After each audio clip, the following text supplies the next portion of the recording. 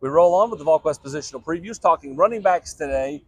And to me, I get asked on the radio all the time, like, they have to take a step back at running back, right? And I'm like, I mean, maybe, but I mean, it's not like Dylan Sampson had put up all these crazy numbers before last year when he became Tennessee's single season all-time leading rusher, Tennessee's all-time leading touchdown, rushing touchdowns champion. I mean, like, he just had a fantastic year, and to the point of Josh Heupel's just ran it with a myriad of backs since he's gotten here and even before he got here. Well, and that's the thing. I mean, for all the talk about the explosive plays and spreading out what they do offensively, it's rooted in running the football. And Tennessee, for the last 4 years, it's the best 4-year streak running the football in Tennessee school history. And that's back when they used to run it every That's play. back when they used to run it a whole lot. Now, everybody's got to defend stuff differently. So, the offensive scheme allows you to be successful in the run game, but that's the purpose of it. And so it's hard to sit here and say Tennessee's going to struggle in the run game. Even if there's new offensive linemen, new tailbacks, just because the system has always yielded success in the run game. And I like the running backs, and that's not a knock on Dylan Sampson. I do like this collection of backs, and I think you start with running back 1A and 1B with Peyton Lewis and Deshaun Bishop, and you can flip them either way you want to flip them. I think both those guys are productive. I think both those guys are confident. I think both those guys are talented. And I think both those guys are ready to go for Tennessee. I think they feel like they've got a lot to prove. I expect them to be successful. Bishop showed up at 180. Yeah. He's 215. That's 35 pounds, Brent. I mean, the kid is just, he is a unit right now. Well, here's the interesting thing, and I want you to talk about him because you know him better than other people know him because of the high school deal. Where he's at mentally right now, from a maturity standpoint, from a drive, a work ethic standpoint, he has come a long ways mentally and physically since he got to Tennessee. He knows this is his time, and man, he is ready to take full advantage of it if he can stay healthy. He really is.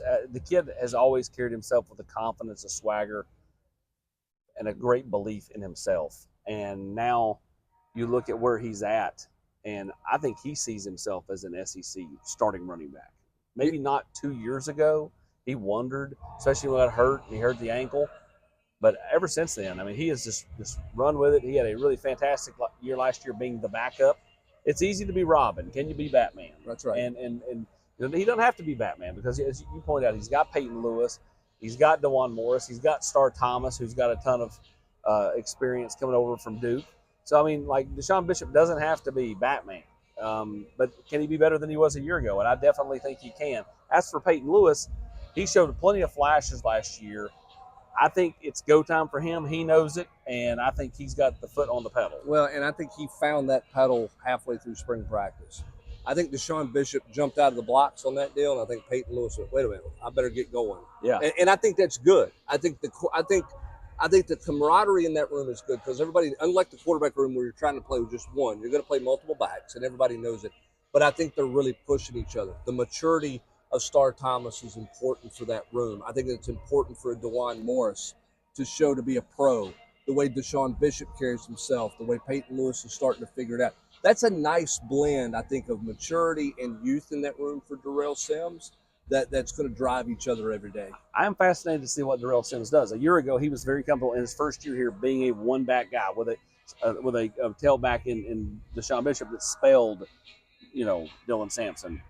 When Jerry Mack was here, they were running 2, sometimes 3 backs. Do we see them go more in that direction with this group because there's not a clear-cut one?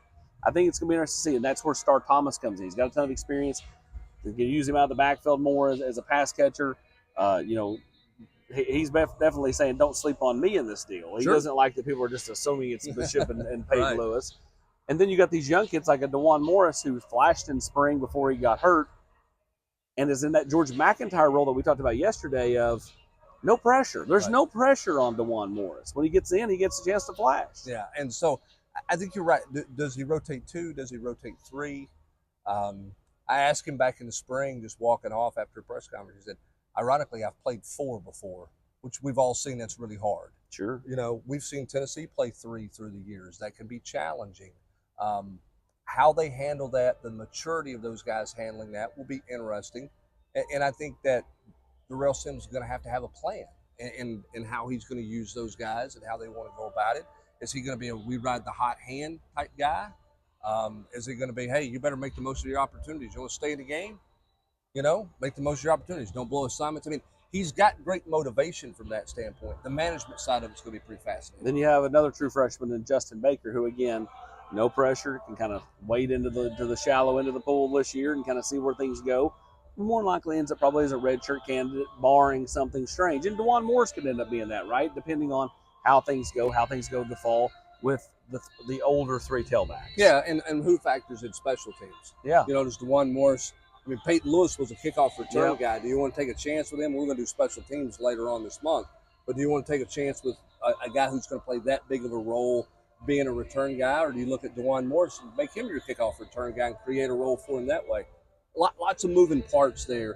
It starts with Lewis and Bishop, and then I think the question becomes, how big of a role does Star Thomas create for himself? What kind of role can DeJuan Morris create for himself? That's a look at the running backs. We're breaking it all down on Volquest.com, getting you up to the first day of fall camp, which comes up here at the end of the month.